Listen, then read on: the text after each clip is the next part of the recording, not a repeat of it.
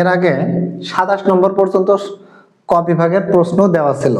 27টা দিয়েছিল, 28, 29, 30, এই 30টা পড়লে মোটামুটি আপনারা ক বিভাগে প্রশ্ন কমন পাবেন। তবে তারপরেও কিছুটা নিজেরা বই দেখলে আরো ভালো হবে। হ্যাঁ, তো আসি আমরা।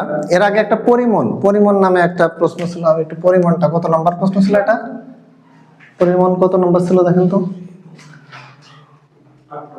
8 নম্বর প্রশ্নে আপনাদের দেখেন পরিমণ আমি একটু বলে যাই, প্রশ্ন করছে একজন, পরিমণ কি? হ্যাঁ, আচ্ছা, পরিমণ হলো একটা আপনার ভিতরকার বিষয়। পরিমণটা কি? আপনার ভিতরে, এটা হচ্ছে শিশু যেমন দিনে দিনে বিকাশ লাভ করে, এই বিকাশ লাভটা কারো দ্রুত করে, কারো আস্তে করে বা ধীরে করে। এই বিকাশটা আপনার হচ্ছে বিকাশ সাধনের যে ধারাবাহিকতা বা যে গতিবেগ, এটাকে আমরা পরিমণ বলবো। পরিমণ হচ্ছে আপনার ভিতরকার বিষয়। যেমন ধরেন 5 বছরের একটা শিশু পরীক্ষা নিলে ফেল করে, আর একজন 5 বছরেরই একটা অনুরূপ শিশু পরীক্ষা নিলে 100-তে 100 পায়। তো এই যে একজনের বিকাশ, এই যে এক এক ধরনের এই ভিতরকার বিষয়টা, যে আপনার চিন্তা চেতনা, এই চিন্তা চেতনাটার বিকাশ সাধনই হচ্ছে পরিমণ। ঠিক আছে? আচ্ছা, পরিমণটা হচ্ছে আপনার বিকাশ সাধনের একটা প্রক্রিয়া, যা আপনার ভিতরকার বিষয়গুলোকে বাস্তবে রূপ দান করতে যে দক্ষতা বা যে ফিটনেসটা আপনি দেখাইতে পারেন, সেটা হচ্ছে আপনার পরিমণ। এরপরে আসেন মোটর স্কিল। মোটর স্কিলটা হলো, আমরা জানি মোটর কিন্তু একটা যান্ত্রিক মেশিনের নামও বলে থাকি অনেক সময়, তাই না? যেমন আমরা বলি না যে মোটর গাড়ি, অনেক সময় বলি মোটর গাড়ি, বলি কি না?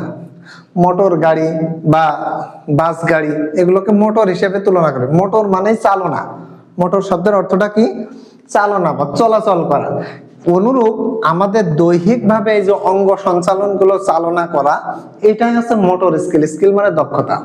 আমরা দৈহিক অঙ্গ, আমার অঙ্গ প্রত্যঙ্গ গুলো, বিভিন্ন এই দেহের যে ইয়েগুলো আছে, পার্টস বা অংশগুলো আছে, এগুলো কিভাবে ব্যবহার করব, কিভাবে চালাবো, সেই দক্ষতা অর্জন করাই হচ্ছে মোটর স্কিল। ওকে, অবসাদটা কি? অবসাদ হচ্ছে আমাদের একটা ক্লান্তিকর অবস্থা। আমি অনেক সময় বলি, বা আমরাই বলে ফেলি যে আমি খুব ক্লান্ত, কাজ করতে করতে ক্লান্ত হয়ে গেছি, খেলতে খেলতে ক্লান্ত হয়ে গেছি, জার্নি করতে করতে ক্লান্ত। এই যে ক্লান্তি বোধ করাটা, এই ক্লান্তি বোধ করাটাই হচ্ছে অবসাদ। ঠিক আছে? আমাদের এই যে একটা দুর্বলতা প্রকাশ করা বা ক্লান্তি বোধ করা বা না পারার একটা প্রবণতা, এটাই হচ্ছে কি? একটা কাজ দিচ্ছেন, আপনি ওই কাজটা পারেন, ধরেন আপনার 5টা হচ্ছে চেয়ার সরাতে বললাম, আপনি এর আগে 50টা সরাইছেন, তখন আপনার এই 5টা সরাইতেই দুর্বলতা লাগতেছে। তুই কর, আমি আরেকজনকে বলি যে তুই কর বা তুমি করো বা আপনি করে দেন, কিন্তু আমি পারি না তা না, আমার ভিতরে একটু অবসাদ কাজ করতেছে, না পারার প্রবণতা এই মুহূর্তে কাজ করতেছে, কিন্তু আসলে ওই কাজটা আমি পারি। এই যে একটা ক্লান্তিকর অবস্থা, এটাকে বলবো আমরা অবসাদ। অবসাদটা কি? না পারার একটা প্রবণতা কিছুক্ষণের জন্য। ঠিক আছে? আপনার একটা কাজ সম্পর্কে, একটা খেলা সম্পর্কে মনে করেন, আপনি ভালোভাবে একটু খেয়াল করলে আরো ভালোভাবে উদাহরণ দিলে বোঝা যাবে। একটা ব্যাটসম্যান যখন 1 থেকে 10-20 রান করে, তখন তার মায়ের ধরন থাকে অন্যরকম। আর যখন ওই 80-90 এর কাছাকাছি যে 6 মারে, তখন বেশিরভাগই সীমানায় পৌঁছায় না। কি করবো? খেলতে খেলতে কি হয়ে যায়? ক্লান্ত বোধ হয়ে যায়। এই ক্লান্ত বোধটাই হচ্ছে আমার অবসাদ। মনে থাকবে, প্রত্যেকটা প্রশ্ন যেভাবে আলোচনা করবো ঠিক সেইভাবেই আপনারা আলোচনা করবেন বা পরীক্ষায় লিখবেন। ব্যালেন্স ডায়েট আর ডায়েট কি? এই প্রশ্নটা কিন্তু খুব একটা ইম্পর্টেন্ট আমাদের ফিজিক্যাল ফিটনেসের ব্যাপারে। ব্যালেন্স ডায়েট, আমরা সাধারণত শরীরের যে নিয়ম অনুবর্তিতার সাথে মেনে চলে আমরা শরীরটাকে যে ফিটনেস আকারে রাখি। ব্যালেন্স মানে একবারে নিয়ন্ত্রণ করা। ব্যালেন্স মানে কি? নিয়ন্ত্রণ করা। এখানে কি? Balance diet. ডায়েট মানে ফ্যাট, আমাদের এই প্রশস্ততা। তাহলে অনেক সময় দেখবেন আমরা শরীরকে সুস্থ এবং ফিটনেস রাখার জন্য যে শারীরিক যে কতগুলো পদ্ধতি বা কতগুলো ওয়ার্ম আপ করে থাকি। ওয়ার্ম আপ বোঝেন? নিজেকে মানে কোনো খেলা বা কোনো কাজ সম্পর্কে একটু প্রস্তুতি নিয়ে নেওয়া। এইটা করি কি জন্য? ডায়েট কন্ট্রোল করার জন্য বা শরীর ফিটনেস রাখার জন্য। তো এটা হচ্ছে শরীরের একটা নির্ধারিত ফিটনেস আছে, ব্যালেন্স ডায়েট। ব্যালেন্স করে চলেন, আপনি মেনে চলেন। আর ডায়েট কি? ডায়েট হচ্ছে আমরা অনেকেই আছে ইষ্টি বৃষ্টি খাচ্ছি, কি হবে হবে। হ্যাঁ, অনেকেই দেবেন আপনি সেরকম, অনেকেই দেখবেন বলে আমি একটুখানি খেলে আমার ডায়াবেটিস বেড়ে যাবে। তার মানে অনেকে আছে ব্যালেন্স করে চলতেছে, মেনে চলতেছে, আর একটা কি মেনে চলতেছে না, শারীরিক নিয়ম নীতি মেনে চলতেছে না। তাহলে ব্যালেন্স এবং ব্যালেন্স ডায়েট এটা চলে গেল। এবার আমরা চলে আসবো খ বিভাগ। আমি কিন্তু শর্টকাট আলোচনা করে যাচ্ছি, আপনারা কোনো প্রশ্নে কারো কোনো সমস্যা হলে আপনারা আমার নাম্বারটা অবশ্যই নিয়ে নেন, আমার একটা হোয়াটসঅ্যাপ আছে। আপনাদের কোনো প্রশ্নে কোনো সমস্যা হইলে, কোনো জায়গায় বুঝতে কোনো সমস্যা হলে আমাকে প্রশ্ন করবেন, আবার নাম্বার দিয়ে দিচ্ছি। কিন্তু আপনারা ব্যক্তিগত কোনো গ্রুপ আর করেন না, আমাদের অফিসিয়াল পেজেই যুক্ত থাকবেন। আমার নাম মোহাম্মদ কামরুল ইসলাম। কোনো প্রশ্ন থাকলে এখান থেকে এই হোয়াটসঅ্যাপে করবেন, ঠিক আছে?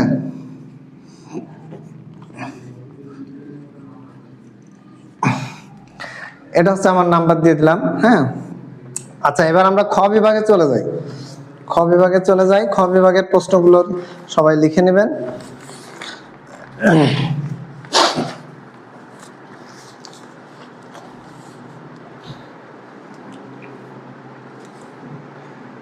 আচ্ছা, এটা হচ্ছে খ বিভাগ।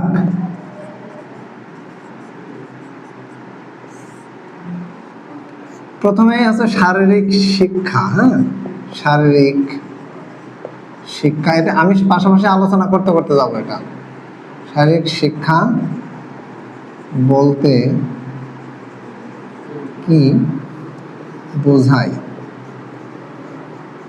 আচ্ছা, এখানে একটা জিনিস আপনাদের বোঝার জিনিস আছে, শারীরিক শিক্ষা কি আর শারীরিক শিক্ষা বলতে কি বোঝায়, এটা কিন্তু একটা ব্যতিক্রম জিনিস।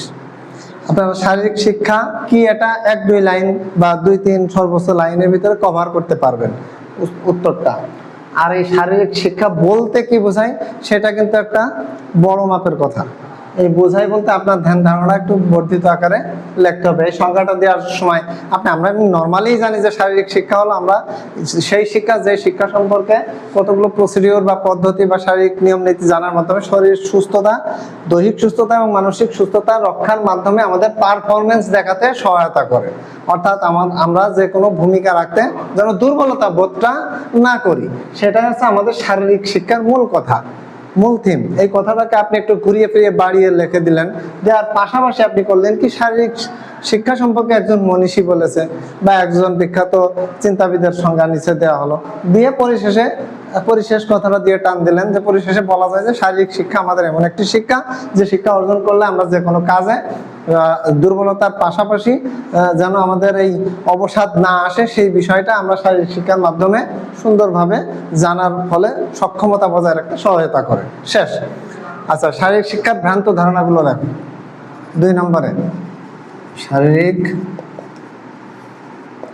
শিক্ষার ভ্রান্ত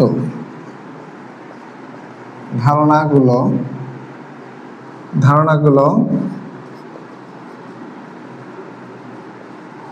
লিখো। এই শারীরিক শিক্ষার ভ্রান্ত ধারণাগুলো যখন লিখবেন, ভ্রান্ত ধারণার একটা সংজ্ঞা দিবেন।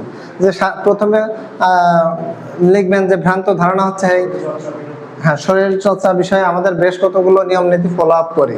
তো আমাদের যখন বিভিন্ন যেমন খেলাধুলা, প্রশিক্ষণ, আমি তো 2-3টা লিখেও দিয়েছিলাম, এগুলো নিয়ে যখন আমরা কাজ করি তখন আমাদের এর প্রতি একটা পূর্বে যে জ্ঞানটা ছিল, পূর্বে যে ধারণাটা ছিল, সেটার পাশাপাশি আমরা এখন যদি আরো কিছু জ্ঞান অর্জন করি, এই যে পূর্বের যে জ্ঞানটা ছিল ওইটাই হচ্ছে ভ্রান্ত ধারণা। বর্তমান আমি আগেই বলেছিলাম, এর আগে বলছিলাম আপনাদেরকে, যে একটা জিনিস আমি অ্যাপ্লাই করার পরে দেখলাম যে ওইটাতে ফলাফল আছে, ফলাফল নেই তা না, কিন্তু আমার ফলাফলটা আরেকটা প্রসিডিউর অবলম্বন করলে আরেকটু ডিফারেন্সিয়াল পাই এবং একটু ডেভেলপ হয়েছে। সেক্ষেত্রে আমার পূর্বে যে জ্ঞানটা ছিল ওইটাই হচ্ছে ভ্রান্ত ধারণা, আর নতুন যেটা কালেক্ট করলাম এটাও এই খেলারই বা এরই অংশগত।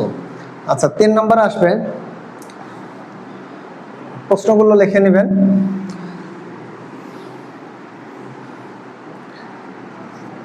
শারীরিক শিক্ষা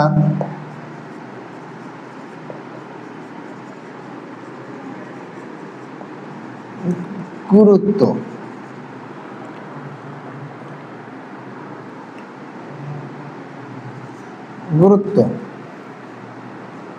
অবলিক প্রয়োজনীয়তা দিতে পারেন। প্রয়োজনীয়তা সম্পর্কে লেখো।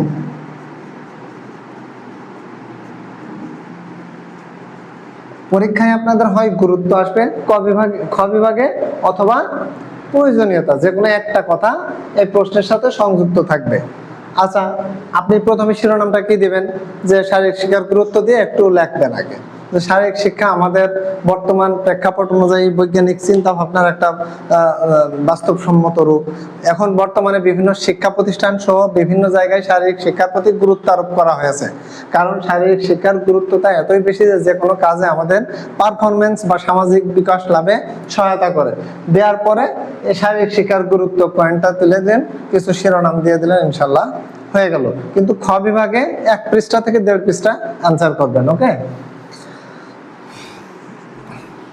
তাহলে শারীরিক শিক্ষার গুরুত্ব সম্পর্কে কিছু শিরোনাম আছে, আমি সেটাও পরে আলোচনা করতেছি। তারপরেও আপনার কোনো প্রশ্নে কোনো রকম সমস্যা হলে আমাকে বলবেন। 4 নম্বর প্রশ্ন হলো শারীরিক শিক্ষার লক্ষ্য ও উদ্দেশ্য।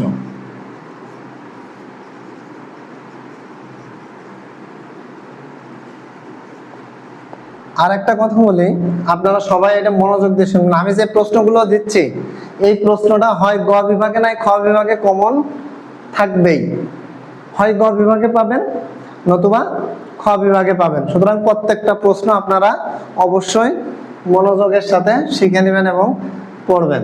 আচ্ছা, শারীরিক শিক্ষার একটু লক্ষ্য সম্পর্কে আমরা বলি। শারীরিক শিক্ষার মূল লক্ষ্যটা আমরা উদ্দেশ্য লেখার আগে আমরা একটুখানি কমেন্টস প্রথমে ভূমিকা বা সূচনা দিয়ে নেব। সূচনায় কি দিব, যে শারীরিক শিক্ষা একটা স্বাভাবিক বিষয় নয়, এটা শরীরের সাথে একটা অঙ্গাঙ্গি ভাবে জড়িত একটা কতগুলো কাজের প্রসিডিউর বা ব্যায়ামের সমষ্টি মাত্র, যা দিয়ে আমরা কি করতে পারি, শরীর সুস্থ রাখার বিষয়ে সার্বিক জ্ঞান অর্জন করতে পারি। দিয়ে নিয়ে লিখলেন যে শারীরিক শিক্ষার লক্ষ্য বা উদ্দেশ্য। লক্ষ্য উদ্দেশ্য কি, শরীর সুস্থ রাখা, মানসিক বিকাশ সাধন, তারপরে মন ফ্রেশ রাখা, কাজের প্রতি দক্ষতা অর্জন করা, তারপরে কোনো একটা বিষয় সম্পর্কে সার্বিক জানা, সামাজিক বিকশতা লাভ, নিজের পারফরমেন্স বা দক্ষতা দেখানোর সুযোগ। তাহলে শারীরিক শিক্ষা কি, শারীরিক শিক্ষা শিক্ষার লক্ষ্য উদ্দেশ্য, তাহলে নিজের পারফরমেন্স দেখানোর একটা সুযোগ হয়, তারপরে সামাজিক মর্যাদা বৃদ্ধি পায়, নিজের শরীরের ফিটনেস সম্পর্কে আরো তৎপর হওয়া যায়। এই জিনিসগুলো আমরা শারীরিক শিক্ষার লক্ষ্য উদ্দেশ্য হিসেবে গণ্য করব। এই প্রশ্নগুলো কিন্তু আপনার এখানে একটু বলি, 4টা গেছে না, হয় গ বিভাগ নাই খ বিভাগে কমন পাবেনই, নিশ্চিত পাবেন। এবার আসেন শারীরিক শিক্ষার ভূমিকা।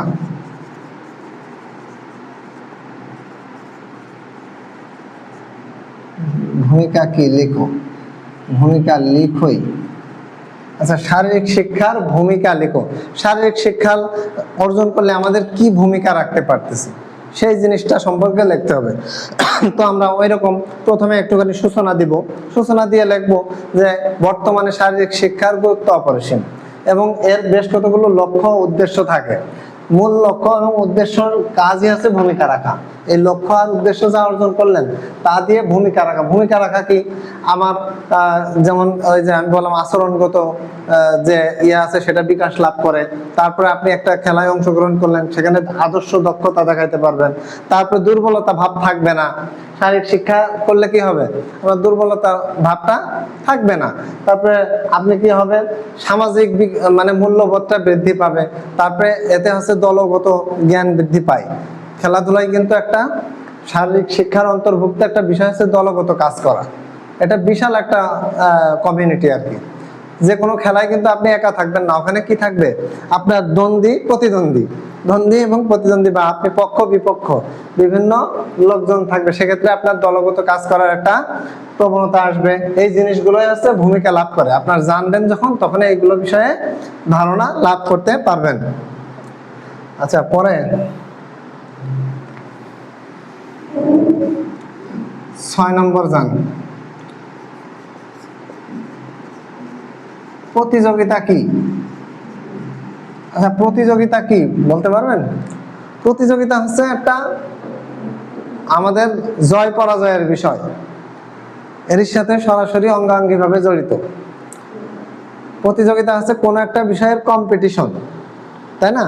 যে একটা খেলা মানে একটা খেলা বা যে কোনো একটা প্রকল্পে একটা কাজ আমরা এখানে দিলাম, সেই কাজটা সম্পর্কে যারা জয় লাভ করবে সেই জয়ীদেরকে আমরা কিভাবে কিছু বিষয়বস্তু দিয়ে, হয় আর্থিকভাবে হইতে পারে, আমরা অনেক সময় টিভি, সিডি, ফ্রিজ, বিভিন্ন গরু ছাগল, আমি গ্রামে দেখছি যে খেলায় যারা যেত তাদেরকে গরু দিয়ে দেওয়া হচ্ছে, আছে না এরকম? তো যারা জিতে বা জয়লাভ করে তাদেরকে আমরা বিভিন্নভাবে কি করি, মূল্যায়িত করে থাকি সম্মানের মাধ্যমে। কি কি সম্মান? বিভিন্ন আর্থিকও হইতে পারে, বিভিন্ন সম্পদশীল বিষয়ও হতে পারে। তাহলে প্রতিযোগিতা হচ্ছে এমন একটা বিষয় যা দুটি পক্ষের মধ্যে কোনো কাজের মাধ্যমে তাদের জয় পরাজয়ের বিষয়টা নির্ণয় করা হয়। আচ্ছা, প্রতিযোগিতা এর সাথেই প্রতিযোগিতামূলক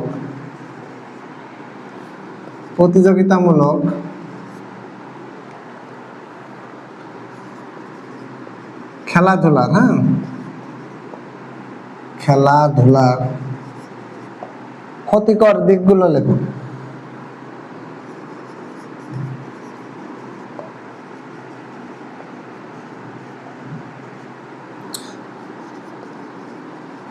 আচ্ছা, আমি একটুখানি বলি, প্রতিযোগিতা মানে কি, যার কোনো একটা ফল আছে, বুঝছেন? সবাই শুনেন, যার একটা ফল আছে, অর্থাৎ এই এই জিনিসটা আমাকে অর্জন করতেই হবে। এই অর্জন করতে যে অনেকে জীবন পর্যন্ত দিয়ে ফেলছে, অনেকে কি করছে, চুরিদারি করে ফেলে, অনেক সময় করে কিনা, যে আমি এই প্রতিযোগিতায় অংশগ্রহণ করব, আমাকে বিভিন্ন বাজে সিদ্ধান্ত নিয়ে হইলেও জিততে হবে, এরকম এমনকি গ্যাঞ্জাম গন্ডগোল সৃষ্টি হয়, এমনকি ফাউল বা মানে বিভিন্ন ধরনের ফাউল টকিং হয়, অকথন মানে অস্বাভাবিক আচরণের সৃষ্টি হয়। তো প্রতিযোগিতামূলক খেলাধুলার এই কতগুলো খারাপ দিক, কি বুঝলেন? খারাপ দিকগুলো কি, যে আমাদের অনেক সময় আর্থিক অনটনের মাধ্যমে এটার অংশগ্রহণ করতে সমস্যা হয়। তারপর অনেকে গরিব দুঃখী, একটা গরিব ছেলে আছে, সে অভাবের তুলনায় বা টাকার কারণে আদর্শ একটা প্রতিযোগিতায় অংশগ্রহণ করতে পারলো না। তারপর অনেক সময় আছে, এই আর্থিক অবস্থা থাকার কারণে অনেক সময় বাজে আচার ব্যবহারের সৃষ্টি হয়। তারপর খেলার ভিতরে অনেক সময় কি হয়, দুটি পক্ষের মধ্যে তর্ক বিতর্কের সৃষ্টি হয় আর্থিক মানে বিষয় থাকার কারণে, কারণ এটা তো প্রতিযোগিতামূলক নিশ্চয় কোনো না কোনো এর সুবিধা দেওয়ার কারণে এই খেলাটা বা এই ধরনের ব্যবস্থা করা হয়ে থাকে। তাহলে প্রতিযোগিতামূলক খেলাটা হচ্ছে এরকম। আচ্ছা, শারীরিক সক্ষমতা কি?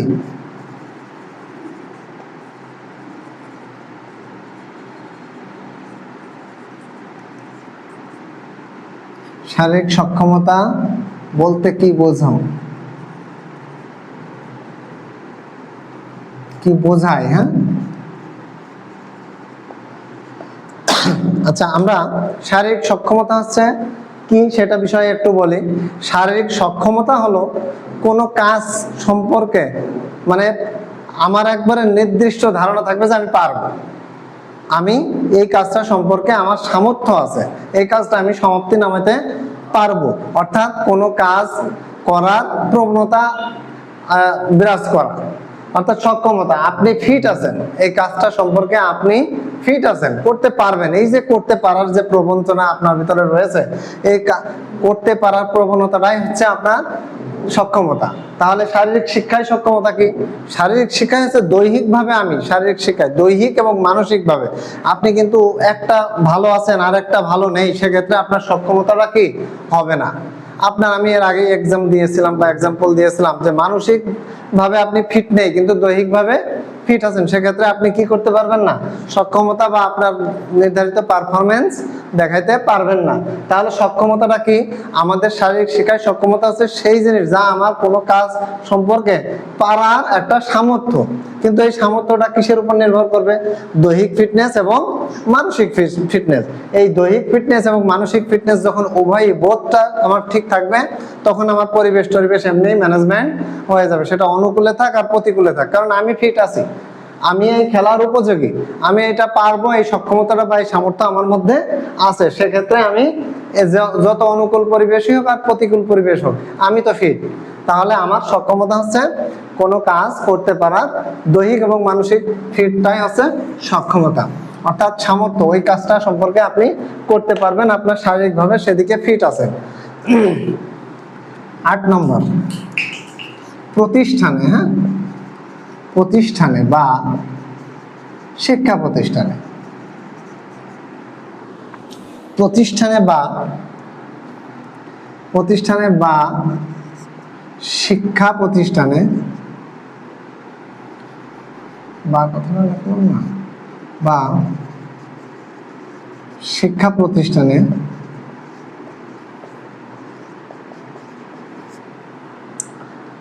বা শিক্ষা প্রতিষ্ঠানে শারীরিক শিক্ষার প্রয়োজনীয়তা লেখো। শারীরিক শিক্ষা প্রয়োজনীয়তা খুব একটা গুরুত্বপূর্ণ জিনিস, লিখো। তাহলে আমরা দেখতে পাই যে এখন ছেলে মেয়েদের কিন্তু আপনি ধরে ধরে এখন আর পাওয়ার সুযোগ নেই, আছে, পাওয়া যায় না, কিন্তু শিক্ষা প্রতিষ্ঠানে গেলে অন্তত ছেলে মেয়েদেরকে আমরা কি পাবো, একটা সমষ্টিগতভাবে পাওয়ার একটা জায়গা। বর্তমানে আমাদের ছেলে মেয়েদেরকে খেলার মাঠটা প্রায় বন্ধই হয়ে গিয়েছে অনেকটা। তো আমরা দেখতে পাই যে শিক্ষা প্রতিষ্ঠানে ছাড়া স্বাভাবিকভাবে দলগত বা দলীয়গতভাবে বা অনেকগুলো ছেলে মেয়েদেরকে পাওয়ার সুযোগ একটাই এই শিক্ষা প্রতিষ্ঠান। এখানে যদি আমরা পাই তাহলে আমরা কি করব, শারীরিক শিক্ষার বিষয়ে তাদেরকে কিছুটা ধ্যান ধারণা দিতে পারবো। এই জন্য সরকার কি করছে, শারীরিক শিক্ষার বিষয়টা 8ম শ্রেণী পর্যন্ত বাধ্যতামূলক এবং এসএসসি ইন্টারে পাঠ্যক্রমে রাখা হয়েছে। তাহলে আমরা কি করব, যে শিক্ষা প্রতিষ্ঠানের প্রয়োজনীয়তাটা কি, শারীরিক শিক্ষার মূল কথা আছে শিক্ষার্থীদেরকে অনুপ্রাণিত করা, সতেজ রাখা। আমি মূল থিম কিছু বলছি, সতেজ রাখা, সক্ষম রাখা। শারীরিক শিক্ষা স্কুলে যখন আপনি কিছু পিটিটিটি করাবেন, কিছু ওয়ার্ম আপ করাবেন, তখন ছেলে মেয়ের অঙ্গ প্রত্যঙ্গগুলো ছেড়ে দিবে, একটু কাজ করবে, একটা প্রসন্নতা বোধ আসবে না তাদের মধ্যে, তাদের ভিতরে একটু জড়তা ওপেন হবে। এই ওপেন গুলো করার জায়গায় হচ্ছে এই শিক্ষা প্রতিষ্ঠান। তাহলে আমি বুঝলাম কি কি পয়েন্ট দেবেন, যে শিক্ষা প্রতিষ্ঠান একটু লিখে দিবেন প্রথমে, যে বর্তমানে শিক্ষা প্রতিষ্ঠানে শারীরিক শিক্ষার গুরুত্বটাই বেশি, কারণ ছেলে মেয়েদেরকে আমরা নর্মালি শিক্ষা প্রতিষ্ঠানে প্রথমেই পেয়ে থাকি। বর্তমানে খেলাধুলার মাঠ বা শরীরচর্চা বিষয়ক ওইরকম কোনো কেন্দ্র অ্যাভেলেবেল না থাকায় শিক্ষা প্রতিষ্ঠানে এর গুরুত্বতা বা প্রয়োজনীয়তা বৃদ্ধি পেয়েছে। এবং সরকার কি করেছে, 8ম শ্রেণী পর্যন্ত বাধ্যতামূলক এবং অন্যান্য বিষয়ভিত্তিক পাঠে শারীরিক শিক্ষার গুরুত্বটাকে রেখে রাখা হয়েছে। হ্যাঁ, তো প্রয়োজনীয়তাটা কি, শিক্ষার্থীদেরকে মনোযোগী করা, এই যে জড়তা খুলে দেওয়া, এগুলো কিন্তু শিরোনাম, এগুলো সম্পর্কে একটু ব্যাখ্যা দিবেন যে প্রয়োজনীয়তা কি। প্রথমেই আছে শিক্ষার্থীদেরকে কি করা, এটা সুস্থতা ভাব ফিরিয়ে আনা, জড়তা কাটিয়ে দেওয়া, একটু পিটি প্যারেড করায়। আমরা এটাকে কি বলি, প্রাত্যহিক সমাবেশ বলা হয় এটাকে। আপনাদের একটা প্রশ্ন আছে যে প্রাত্যহিক সমাবেশ কাকে বলে। এই যে প্রতিদিন আমরা পিটি প্যারেড করাই, এটাকে বলা হয় প্রাত্যহিক সমাবেশ। তো প্রাত্যহিক সমাবেশটা এই প্রাতিষ্ঠানিক শারীরিক শিক্ষার সাথে ওতপ্রোতভাবে জড়িত। তাহলে শিক্ষার্থীদেরকে শিক্ষা দেওয়ার একমাত্র জায়গা কি কি দিবেন, এদের একটু মনোযোগ বৃদ্ধি করবেন, জড়তা কাটাবেন, তারপরে মনের মধ্যে যেন বিষণ্ণতা ভাব না থাকে, সারাদিন ক্লাস করবে, সেই জড়তাটা যেন পিটি প্যারেডের মাধ্যমে আমরা খুলে দিতে পারি। বা খেলার প্রতি অনুপ্রেরণা যোগানো, অনেকে ভালো খেলোয়াড় হয়ে যাবে ওর মধ্যে থেকে, হতে পারে না যে আপনার স্কুলে একজন ছাত্র আছে যার মধ্যে খেলাটা ওতপ্রোতভাবে কাজ করে, যখন আপনি এই বিষয়ে অনুপ্রেরণা দিবেন, শিক্ষা দিবেন, তখন তার মেধাটা ওইদিকেও শিফট হতে পারে। তাহলে বুঝতে পারছেন, আপনারা সবাই একটু কথাগুলো মনোযোগ দিয়ে শুনবেন, তাহলে ইনশাল্লাহ পেরে যাবেন। হ্যাঁ, আচ্ছা, 9 নম্বরে বয়স ভেদে শারীরিক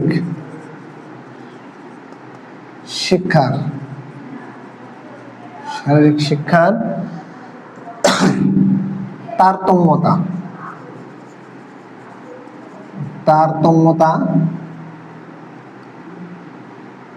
ব্যাখ্যা করো। আচ্ছা, বয়স ভেদে কি, বয়স ভেদের ব্যাপারটা এরকম, আপনাকে একটু সবাই মনোযোগী হবেন। বয়স ভেদে ধরেন একজন 8 বছরের বা 10 বছরের বাচ্চা যেরকম কাজ করতে পারবে, একজন 15 থেকে 20 বছরের বাচ্চা কি সেই কাজ করতে পারবে, বা সেই বয়সের একটা বিরাট ব্যবধান থাকবে না? তো একজন 60 বছর বয়সে একজন লোকের বা মানুষের যে কাজটা থাকবে, সেই কাজটা কি একজন 5-7 বছরের ছেলে মেয়েরা সেটা পারবে? তো আমাদের প্রতিষ্ঠানে মানে বয়স ভেদে শারীরিক শিক্ষার গুরুত্বটা, এই জিনিসটা আমাদের ওতপ্রোতভাবে জড়িত। আপনার বয়সের উপর নির্ভর করে যে কোন বয়সে আপনি কি ধরনের কার্যক্রম বা কি ধরনের শারীরিক প্র্যাকটিস করবেন, এই জিনিসটাই আমাদের হচ্ছে এই বয়স ভেদে শারীরিক শিক্ষার তারতম্যতা ব্যাখ্যা করবেন। তাহলে আমরা এর আগেই বলেছিলাম বয়স ভেদে 4টা প্রকার পাবেন। সর্বপ্রথম পাবেন কৈশোর, হ্যাঁ শৈশব, তারপর শৈশব কৈশোর, তারপরে যুবক বা আমাদের মধ্যম বয়সী, যেটা আপনারা এখন, আমাদের আবার বার্ধক্যে চলে গেছি, আপনারাও মনে হয় বার্ধক্যে চলে যাচ্ছেন, 25+, 25+ হলে বার্ধক্যে চলে যাচ্ছেন। আচ্ছা, তো বার্ধক্য হচ্ছে 25 থেকে উপরে। তো আমাদের এই বিষয়গুলো হলো বয়সের উপর ভিত্তি করে যে শারীরিক ফিটনেস রাখার কতগুলো কৌশল আছে বা পদ্ধতি আছে, এই পদ্ধতিগুলো অ্যাপ্লাই করাই হচ্ছে বয়স ভেদে শারীরিক শিক্ষার গুরুত্ব বা তারতম্যর ব্যাখ্যা এভাবেই করবেন। আচ্ছা, 7 নম্বর না কত না 10 নম্বর,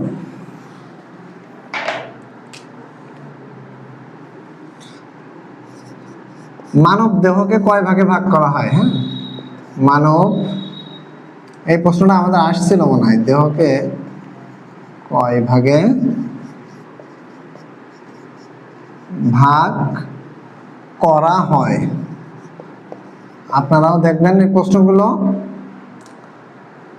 ও কি কি, ও কি কি সংক্ষেপে লেখো। আর এইসব প্রশ্নের উত্তর যদি আমি বলে দিতে যাই না, তাহলে একটা প্রশ্ন আলোচনা শেষ হবে না। নর্মালি যদি আপনাদের একটা প্রশ্ন আমি আলোচনা করি, হ্যাঁ, এসব প্রশ্ন আলোচনা শেষ হবে না, অনেকগুলো শিরোনাম। আপনাদের আমি শর্টে জ্ঞান দিয়ে যাচ্ছি, মানে বলে দিয়ে যাচ্ছি যে মানে বিষয়টা এইভাবে শুরু করবেন। হ্যাঁ, আচ্ছা, মানব দেহকে আমরা নর্মালি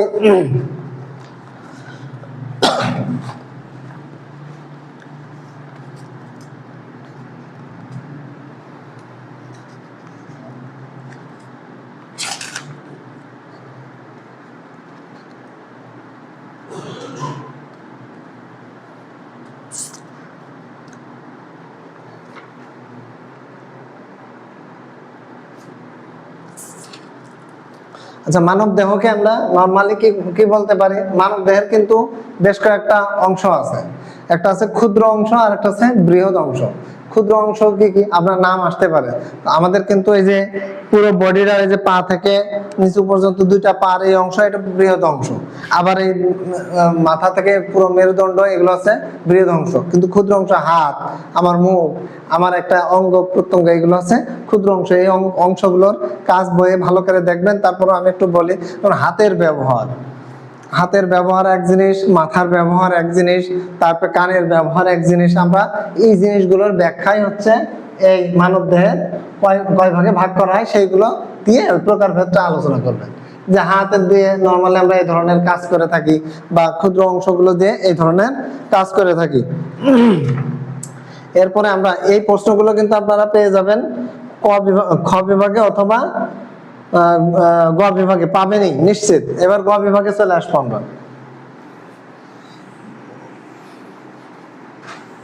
এবার আমরা চলে আসবো গ বিভাগে। গ বিভাগ, আজকের বিষয়টা এই যে প্রশ্নগুলো দিলাম খ বিভাগে, এই প্রশ্নগুলো হয় গ বিভাগে নাই খ বিভাগে, কমন পাবেনি।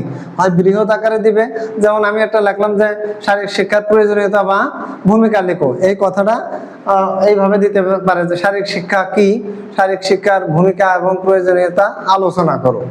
আলোচনা যখন বলবে তখন বিষয়টার প্রশ্নটা বিরাট আকারেই বড় করে লিখতে হবে। ওটার মান হবে কিন্তু 6 থেকে 7 বা 10 এরকম হতে পারে, 7-এর কম না আর কি। আচ্ছা, 1 নম্বরে থাকবে শারীরিক শিক্ষা কি। এই প্রশ্নটা তো আমরা মনে হয় এখন পারবোই, তাই না? শারীরিক শিক্ষা কি এটা পারবো না আমরা? আলোচনার বিষয়ে বারবার আলোচনা হয়েছে। হ্যাঁ, শারীরিক সক্ষমতায়, শারীরিক সক্ষমতায় ব্যায়ামের ভূমিকা, ব্যায়ামের ভূমিকা আলোচনা করো। ভূমিকা আলোচনা করো। আচ্ছা, ব্যায়ামটা কি করবে? আমাদের এই যে শরীরটাকে সুস্থ রাখবে এই ব্যায়াম। আমাদের যেহেতু ফিজিক্যাল এডুকেশনের মূল কথাই আছে শারীরিক শিক্ষা অর্জন করা বা শরীর সম্পর্কে জানা, তাহলে ব্যায়াম আমাদেরকে কি করবে? এই শরীরের সুস্থতা বিষয়ে অবশ্যই শিক্ষা দিবে। শারীরিক শিক্ষা সেই শিক্ষাটাই দিবে যা আমাদের শরীরকে সক্ষম রাখার জন্য, কাজটি পারার সামর্থ্য অর্জন করার জন্য যে বিষয়গুলো সেইগুলো এই ব্যায়ামেই আলোচনা করে থাকে। অর্থাৎ ব্যায়ামে কি করবে? শারীরিক দুর্বলতা কাটাবে, মানসিক প্রশান্তি আনবে, কাজের প্রতি দক্ষতা বাড়াবে, তারপরে ব্যক্তিগত বিকাশ সাধনে ভূমিকা রাখবে, কোনো প্রশিক্ষণ বিষয়ে যথাযথ জ্ঞান দান করবে, তাহলে কোনো পারফরমেন্স দেখাতে নিজের জ্ঞান দক্ষতাকে কাজে লাগাতে পারবে। এই বিষয়গুলোই আমার হবে ব্যায়ামের সক্ষমতায় ব্যায়ামের ভূমিকা। ওকে, 2 নম্বর প্রশ্নে চলে যায়। এটা কিন্তু গ নম্বরে।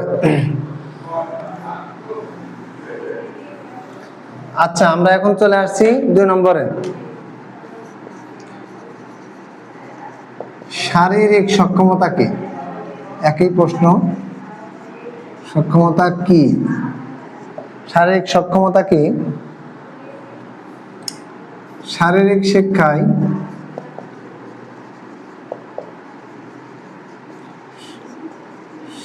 শিক্ষায় সামাজিক ভিত্তিতে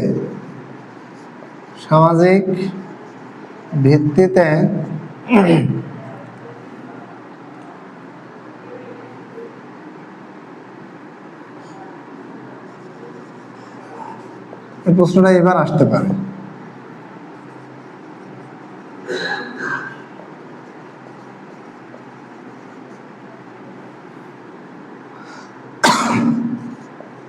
সামাজিক ভূমিকা, শারীরিক শিক্ষায় সামাজিক ভূমিকাটা কি?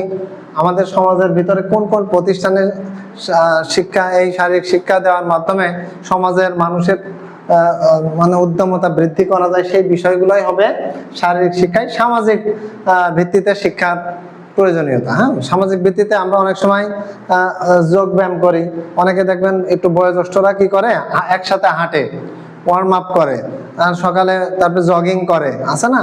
সামাজিকভাবে এইগুলোই হচ্ছে আমার সামাজিকভাবে যেগুলো সমাজের ভিতরে আমাদের কোনো ওইরকম দক্ষ প্রশিক্ষক নেই, কিন্তু শরীর সুস্থ রাখার জন্য কতগুলো প্রসিডিউর নিজেরাই অ্যাপ্লাই করে থাকি সামাজিক ভিত্তিতে, নিজেদের এলাকা ভিত্তিতে। নিজেদের এলাকার মধ্যে আমরা নিজেরা কিছু নিজেদের শরীরটা ফিট রাখার জন্য সহজ সরল যে কাজগুলো নিজেরাই অ্যাপ্লাই করতে পারি। সকালে ওয়ার্ম আপ করা, হাঁটা, তারপরে ওই যে দেখবেন যে সকালে অনেকে ছোট ছোট ফুটবলের বার করে একটু দৌড়াদৌড়ি করে খেলা করা। এই যে এরকম কতগুলো কাজ করে নিজেদের সামাজিক ভিত্তিতে, এটা কিন্তু পটেনশিয়াল না, এটা হচ্ছে নিজেদের একটা এলাকা ভিত্তিক ভিতরকার বিষয়ে, কিন্তু এটা গ নম্বর প্রশ্ন অনেক লিখতে হবে। তাহলে সামাজিক এই সক্ষমতা কিন্তু সাথে রেখে দিয়েছে শারীরিক সক্ষমতা। সেক্ষেত্রে অনেক বয়োজ্যেষ্ঠরা একটু বৃদ্ধ হয়ে গেছে, চাকরি রিটায়ারমেন্ট করে আসছে, 59, 60, 50 প্লাস বয়স, তারা সাধারণত এই সামাজিক শিক্ষার ভিত্তিতে কি করে থাকে? এই কাজগুলো বেশিরভাগ করে থাকে। আচ্ছা, এরপরে আমরা চলে যাব শারীরিক শিক্ষার নীতি কয়টি? শারীরিক শিক্ষার নীতি কয়টি?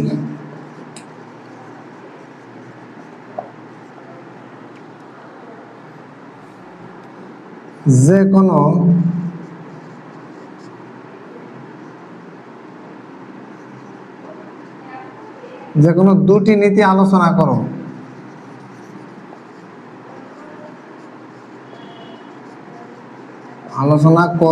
বা সবগুলো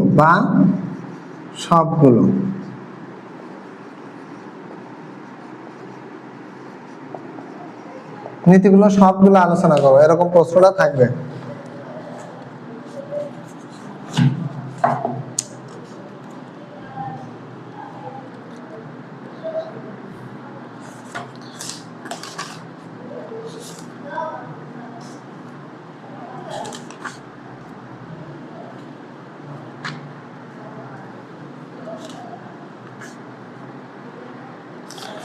এই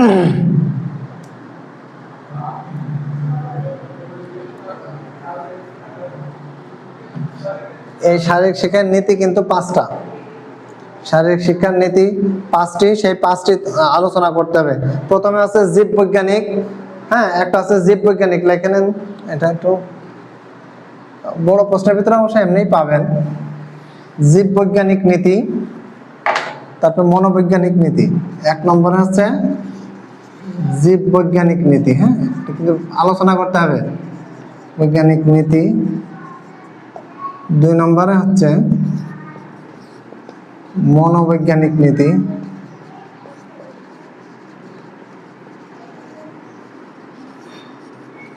মনোবৈজ্ঞানিক নীতি।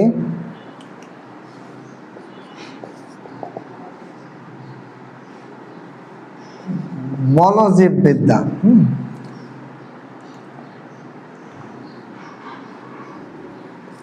জীব বলবিদ্যা, বিদ্যার নীতি, জীব বলবিদ্যার নীতি। সমাজবৈজ্ঞানিক, সমাজবৈজ্ঞানিক নীতি।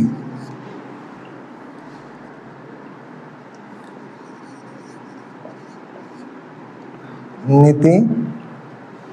আর 5 নম্বর হচ্ছে দার্শনিক নীতি। দার্শনিক নীতি। আচ্ছা, এই নীতি যে কোনো 2টা আলোচনা আসতে হবে, বা 5টাই, একটুখানি এই নীতিটা লেখে। এই 5টা বিষয় আমি আপনাদের মনে হয় একটু আগে একবার বলেছিলাম যে আমাদের এই যে পারিপার্শ্বিক দিকগুলোর দিকে খেয়াল করলে দেখতে পাই জীববৈজ্ঞানিক, মনোবৈজ্ঞানিক, জীব বলবিদ্যা এবং সমাজ বল বৈজ্ঞানিক এবং দার্শনিক নীতি, এই নীতিগুলো আমরা দেখতে পাই। সমাজবৈজ্ঞানিক নীতিটা কি? যেমন বিভিন্ন সামাজিক প্রেক্ষাপটে এগুলো ফুটে উঠেছে। তারপর দার্শনিক নীতি কি? দার্শনিকরা তাদের মনস্তাত্ত্বিক চিন্তা চেতনার মাধ্যমে যেসব নীতির প্রস্ফুটন ঘটিয়েছে, এটা বিষয়ে ডিটেইলস পড়ে নেবেন। হ্যাঁ, এই প্রশ্নটা আপনার গুরুত্বপূর্ণ, ইম্পর্টেন্ট, আসবে কিন্তু পরীক্ষায়। আচ্ছা, কত নম্বর গেল আমাদের প্রশ্ন? 3 নম্বর। 4 নম্বরে চলে যাব। এই 5টা নীতি যে কোনো 2টা আপনারা আলোচনা করবেন। আচ্ছা, 5 নম্বরে শারীরিক শিক্ষা কি? 4 নম্বর শারীরিক শিক্ষা কি? শারীরিক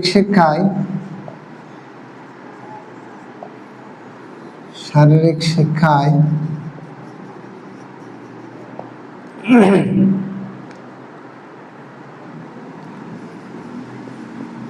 বৈজ্ঞানিক ভিত্তি আলোচনা করো। ভিত্তি আলোচনা করো। আলোচনা করো। তাহলে শারীরিক শিক্ষা কি? শারীরিক শিক্ষায় বৈজ্ঞানিক ভিত্তি আলোচনা করো। শারীরিক শিক্ষা বর্তমানে একটা বৈজ্ঞানিক সুচারু পরিকল্পনা মোতাবেক পাঠ বা পাঠ্যক্রম। যেহেতু আমাদের একটা বর্তমানে একটা শিক্ষা প্রতিষ্ঠান থেকে শুরু করে বিভিন্ন জায়গায় কোর্স সহ বিপিএড, বিভিন্ন শারীরিক বিদ্যায় মানুষ জ্ঞান অর্জন করছে, সুতরাং এর একটা বৈজ্ঞানিক ভিত্তি রয়েছে। হ্যাঁ, এটাকে ব্যাখ্যা করবেন। যেহেতু বর্তমানে শারীরিক শিক্ষার প্রসারতা অনেক বেশি এবং শরীর সুস্থতার সাথে আমাদের যে কোনো কাজে অংশগ্রহণ করাতে শারীরিক বিদ্যা আমাদের এই বিষয়গুলো ধারণা দিয়ে থাকে। বিভিন্ন শিক্ষা প্রতিষ্ঠান থেকে শুরু করে বিভিন্ন সাবজেক্টিভ, অর্থাৎ বিভিন্ন মানে ডিগ্রিতে শুরু করে ডিগ্রি বা ক্লাসে বা শ্রেণীতে আমাদের বর্তমান শারীরিক বিষয়টা অন্তর্ভুক্ত করা হয়েছে বা ইনক্লুড করা হয়েছে। সুতরাং এর একটা বৈজ্ঞানিক ভিত্তি রয়েছে। তার মানে আমরা শারীরিক শিক্ষার বৈজ্ঞানিক ভিত্তিটা কি? শারীরিক শিক্ষার বিষয়গুলো কোথায় কোথায় অ্যাপ্লাই হচ্ছে, কোথায় কোথায় আমরা এগুলোকে শিখতেছি, শারীরিক শিক্ষার বিষয়টা, এটাকে আমরা প্রাধান্য পাবে। আজকের মতো শেষ নাকি? আরেকটা ক্লাস এখানে স্টার্ট করে দেন।